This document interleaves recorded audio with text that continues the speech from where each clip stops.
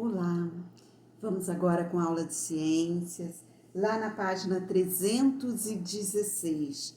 E o nosso assunto hoje continua sendo o solo. Na aula passada, nós vimos como o solo, como são as principais características do solo, como que a gente diferencia um solo ou outro. E aí vocês já devem ter notado com a experiência que esses solos, eles têm funções diferentes. Alguns solos são melhores para determinadas atividades do que outros, ou diferentes explorações. Hoje nós vamos ver como que nós utilizamos esses solos. Então vamos lá. Geralmente quando a gente fala solo, você já imagina uma planta crescendo como essa daqui. A planta se desenvolvendo no solo. Então, o uso dele, um dos principais usos dele seria o desenvolvimento da vegetação. Mas a gente vai descobrir que existem outras formas para explorar o solo. Aqui eu começo esse assunto com uma obra de arte do Cândido Portinari, um importante artista brasileiro que nasceu lá em São Paulo. Já fui na casa de Cândido Portinari, é uma casa muito simplesinha, numa cidade chamada Brodowski, perto de Ribeirão Preto.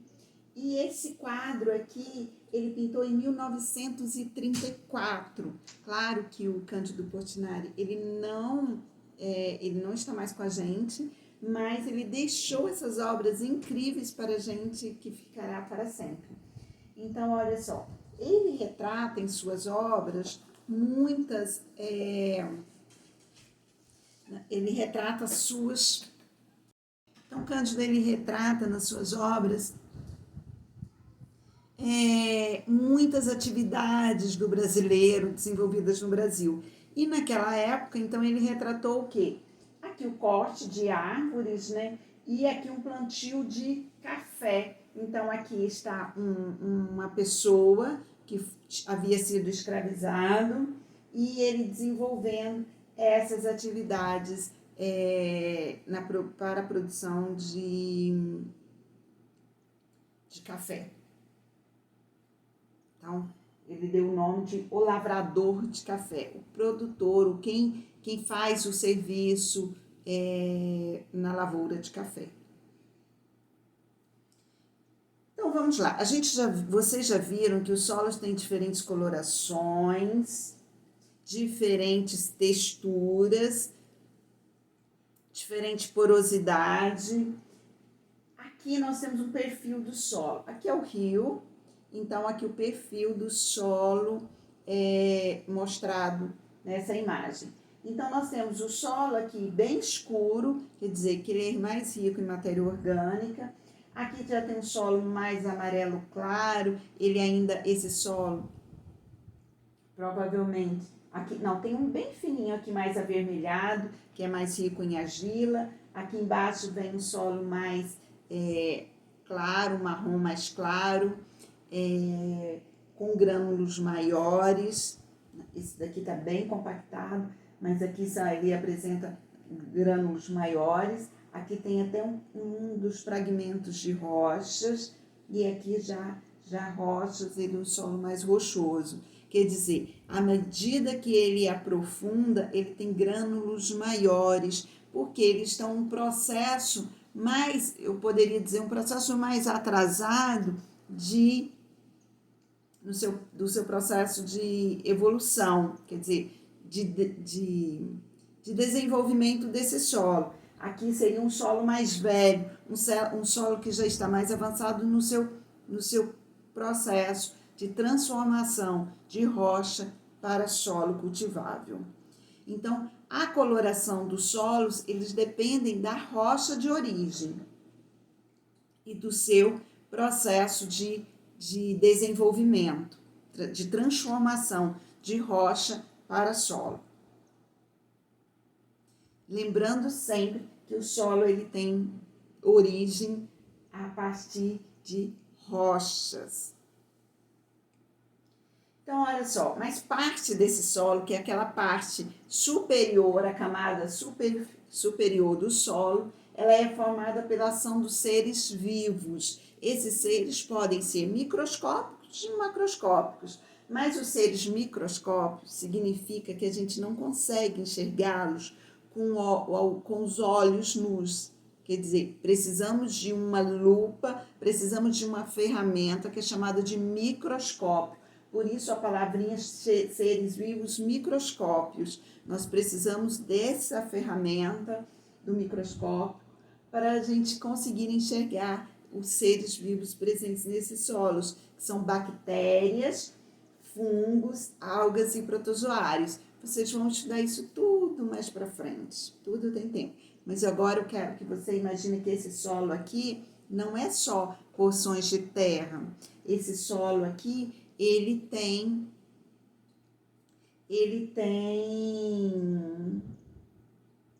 organismos, micro-organismos microscópicos nele. Então vamos lá. Uma das principais usos do solo é para o desenvolvimento da agricultura. E nós temos vários tipos de agricultura. A monocultura, aqui a soja. Monocultura significa o quê? Mono, uma só. Monarquia, um rei, não é? Então, monocultura, uma cultura somente. Então, nós temos culturas, áreas muito grandes. Você olha aqui, ó, você não vê nenhuma plantinha de outra. Uma plantinha diferente que nasce aqui no meio, ela é chamada de invasora, não é bem-vinda. E aí o homem ou limpa com enxada, com máquinas, ou ele usa veneno para limpar. Então, monocultura, só tem aqui a plantação de soja, mas pode ser de milho, de arroz, de qualquer uma outra espécie, de eucalipto, de qualquer espécie. Mas lembrando que é somente uma espécie de planta. Quais as desvantagens disso? Bom, vantagem, altamente produtiva, produz muito e é isso daqui que movimenta boa parte da economia no Brasil, porque com plantios que produzem muita quantidade, o Brasil tem condições de vender isso, inclusive, para outros países. Desvantagem.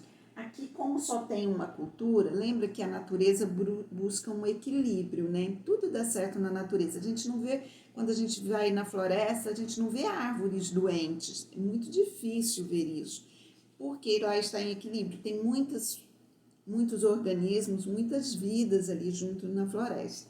Aqui não tem. Aqui não tem. Então, essas plantas, como é só uma espécie de planta, elas ficam facilmente doentes. Então, e outra coisa, a gente não tem. Se vem um inseto aqui, ele cresce, a população dele cresce muito rápido, porque ele não tem o outro inseto que come aquele, o outro ser vivo que come aquele inseto. Nem pássaro aqui é bem-vindo.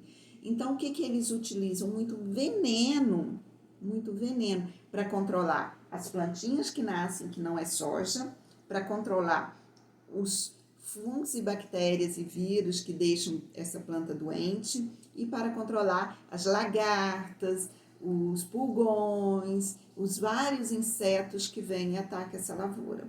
Então, não são bem-vindos. Veneno, muito uso de veneno. E falta de árvore, né, gente? Que também não é nada bom. A gente busca a diversidade para o equilíbrio da natureza. Mas é ainda necessário esse tipo de lavoura, por enquanto. Bom, a gente tem a agricultura, a policultura também é muito comum, principalmente com pequenos produtores. Então, é onde, olha só, muito comum para hortaliças, fruteiras. Então, aqui nós temos alface, aqui nós temos parece espinafre ou vagem, não sei, feijão, rúcula, que mais? Cebolinha, tomate, enfim. A gente tem uma série de plantas, de espécies ocupando a mesma área. Isso daqui busca mais o equilíbrio, acontece menos doenças, menos insetos. Então, porque o funguinho que deixa essa alface doente, ou vírus, ele não vai deixar o tomateiro, não vai deixar a cebolinha. Então, se eu tenho uma distância entre essa e lá, ó, no fundo tem mais alface. Então, quer dizer, se essa ficar doente, ela vai demorar um tempo bem maior para chegar lá. Então, a gente não precisa de usar muito veneno ou consegue até produzir sem veneno nesse tipo de plantação. Policultura, muitas culturas no mesmo local. Lembra da bonequinha da Polly? Só para vocês lembrarem, tá, gente? Tem a ver, não. Mas a Polly não tem um monte de bonequinhas diferentes? Pois é, aqui também tem um monte de plantas diferentes. Vamos. Agora o que está bem desenvolvendo, ainda bem, é o tipo de agricultura, é a agroecologia. A agroecologia significa plantações, né? Agriculturas agrárias, mas só que mantém a floresta, desmatam muito pouco.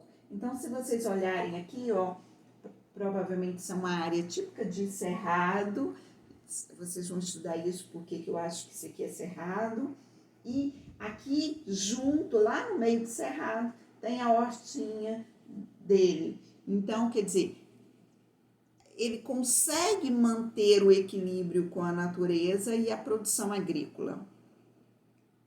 Isso está sendo aqui para a horta, mas a agroecologia também está sendo utilizada para a produção de grãos, de arroz e outros grãos, feijão, enfim. Aqui mantém mais o equilíbrio, menos uso de veneno. Quanto mais o equilíbrio da natureza, a gente precisa menos de veneno. Vamos lá. Então, a gente já viu o uso do solo para a agricultura. Outro uso do solo é para a criação de animais. No Brasil, quando a gente fala pecuária, todo mundo já pensa o pecuarista, o grande produtor de gado, de carne bovina ou de leite bovina. Mas não é isso não, gente. Pecuária significa, consiste na criação de bois e vacas, é a maior área de pecuária no Brasil é para a criação de bois e vacas, mas também é pecuária a criação de porcos, aves, carneiros e ovelhas, cabras e bodes e búfalos. Então, se eu tenho se eu crio aves, eu também pratico a pecuária. Se eu crio porcos, também pratico a pecuária. Por que popularizou esse nome pecuária? Porque o Brasil ele tem um dos maiores rebanhos de gado bovino do mundo. Cerca de 210 milhões de animais. Vocês não conseguem nem imaginar isso. 210 milhões de animais no Brasil. É muito número, muito número. Muitas ordens, né? Os principais tipos de pecuária são pecuária de corte e pecuária leiteira. Então, vamos para a pecuária de corte, criação de bois e de vacas. Pecuária leiteira, a gente produz leite com carneiros, ovelhas, com ovelhas e cabras também. Búfalos também produz. E tem crescido, aumentado a produção de leite a partir desses animais. Mas, ainda no Brasil, a maior produção de leite e de carne tem sido a partir da criação de bois e vacas. Então, vamos lá. Sobre a pecuária, para corte é para carne, produção de carne. O objetivo do gado é produzir carne. Esse daqui é uma espécie de gado Nelore que ele produz muito bom para produzir carne. Ele não é tão bom para produzir leite, não. Então, ele é bom para produzir carne. Muitos no Brasil ainda muitos produtores no Brasil utilizam a pecuária extensiva, quer dizer, extenso, grande. Então, ele tem uma área muito grande de pastagem para a criação do boi. E aí, ele vive solto. Nessa área grande, ele anda muito. Olha só, uma área grande, deixaram poucas árvores, é importante que deixem árvores para sombra desse gado, ele precisa descansar. Se ele não tiver sombra, ele tem maior queima de calorias, ele vai ganhar peso, menos carne, e aí não é bom, porque o produtor, quando vai vender esse gado, Ele quer ele bem pesado, porque ele recebe não pela unidade, eu vou vender um boi e ele vai custar tanto. Não, ele vai vender um boi que pesa tantos quilos, ou arroba, né? Que vocês vão saber o que é arroba mais pra frente. E aí ele pesa X. Então, eu vou receber pelo quilo. Então, quanto mais quilos, mais pesados, mais dinheirinho eu vou ganhar pela venda. Bom, e então, pensando nisso, a gente não quer que ele anda muito. Hoje, se a gente fala assim, tem que emagrecer, vamos para academia fazer atividade física ou vamos para fazer caminhada, correr, enfim. Bom, então, além do controle da alimentação. Esse gado aqui, então, na pecuária intensiva, ele tira isso, ele vai andar pouco, porque ele é criado, ó, você tá vendo que tá cheio de cercados? Pois é, ele é criado em pequenas áreas, então ele faz pouca atividade física e com isso ele tem um ganho de peso maior. E outra coisa, a alimentação dele é toda controlada, então ele não vai ficar comendo a pastagem, mas ele vai ficar comendo comidas altamente potentes para que ele se desenvolva rápido e fique bem menos tempo aqui até o abate, até a matança desse boi para o consumo da carne, para a venda da carne. Então, essa é uma pecuária intensiva. Bom, tem esse tipo de... é intenso. O gado, ele menor tempo, ele já está prontinho para ser comercializado. Ou então para a produção de leite também. Ele fica ali confinadinho nessa área, uma área pequena, para a produção de leite. Também a alimentação é toda voltada para a produção de leite, toda controlada para que ele produza muito, muito, muito leite. Então, essa é chamada de pecuária intensiva. Vamos lá. Outra exploração de solo, além da criação de animais, é a mineração. Então, os solos e as rochas, eles são explorados para obter minérios. Minérios que vai ser levado para o ferro, que vai construir as casas, e vários outros usos, né, desses minérios. Eles são usados para fabricar objetos que se formam na natureza ao longo de milhares e milhares de anos. Gente, leva muito tempo para formação de minérios lá no solo. Então, se a gente utilizar demais, isso pode acabar, porque o solo não vai conseguir produzir na velocidade que a gente vai utilizar. Então, tem que ter cuidado. A mineração é uma das atividades humanas que causa maiores impactos ao meio ambiente. Então, quer dizer que mais destrói o meio ambiente. Eu vou mostrar para você. Pronto para ver? Estrago. Olha só, essa é uma área mineradora. Então, eles precisam escavar para retirada do solo com minério. Então, olha só, aqui a profundidade que tem, essas áreas ficam muito sujeitas a desmoronamentos, tá? Com a chuva pode desmoronar, pode causar muitos acidentes. Olha aí outra área, eles fazendo a extração de minério também nessa área. Então, estourando as rochas, enfim, ela é bem impactante para o meio ambiente, impacta de forma negativa o meio ambiente. Vamos fazer as atividades? Então, vamos lá na página 319. Você vai colocar V quando a afirmativa for verdadeira ou vai colocar F quando for falsa. Vamos lá. O solo é essencial para os seres vivos? Claro, né? A gente produz nosso alimento no solo, ou a partir de... O surgimento da agricultura foi muito importante para a humanidade? Foi, gente. Deixa eu contar uma história para vocês. Há muito, muito tempo atrás, o homem era nômade. Ele não sabia praticar agricultura.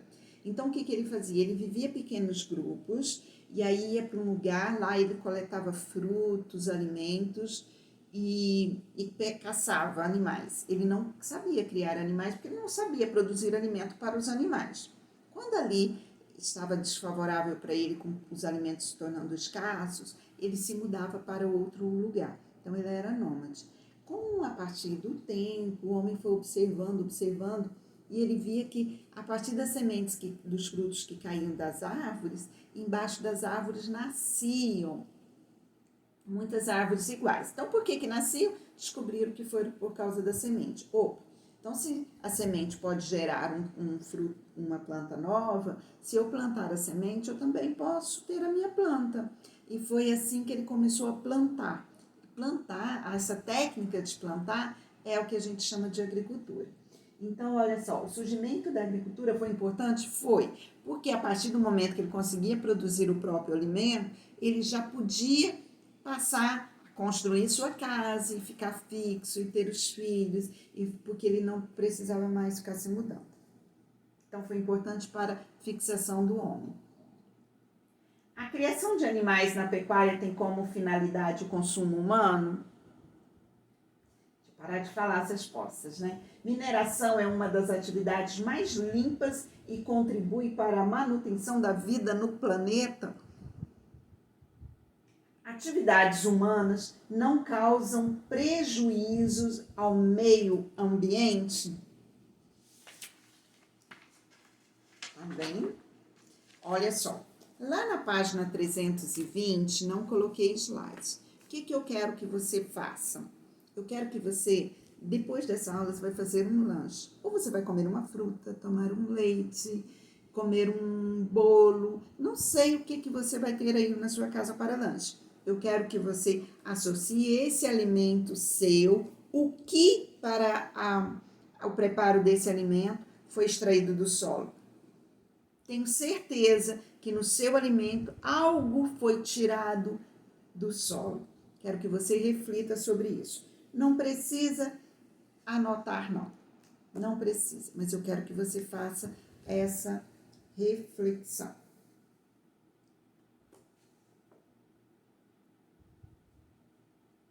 Então, vamos lá. Relacione a imagem do produto com a atividade humana ligada ao solo. Então, nós temos aqui A, quando for agricultura, B, quando for pecuária e C, quando for mineração, tá? Você vai colocar essa letrinha conforme nas imagens. Por exemplo, portão de ferro. O portão de ferro, ele foi o material básico para a fabricação desse portão. Ele foi tirado da agricultura, da pecuária ou da mineração? Então, você vai colocar a letrinha correspondente. E o feijão? De onde veio? Da pecuária, agricultura ou mineração? E a carne, o tomate, o queijo e as latas de alumínio? De onde que foi tirado? Deixa esse recadinho para vocês. A gente precisa da natureza. A gente destruiu muito. Então, agora a gente tem que plantar. Então, plante uma árvore. Eu quero que até o final do ano você se comprometa comigo, que até o final do ano você vai plantar pelo menos uma árvore. Terminamos aqui o nosso assunto de ciências. Beijo grande.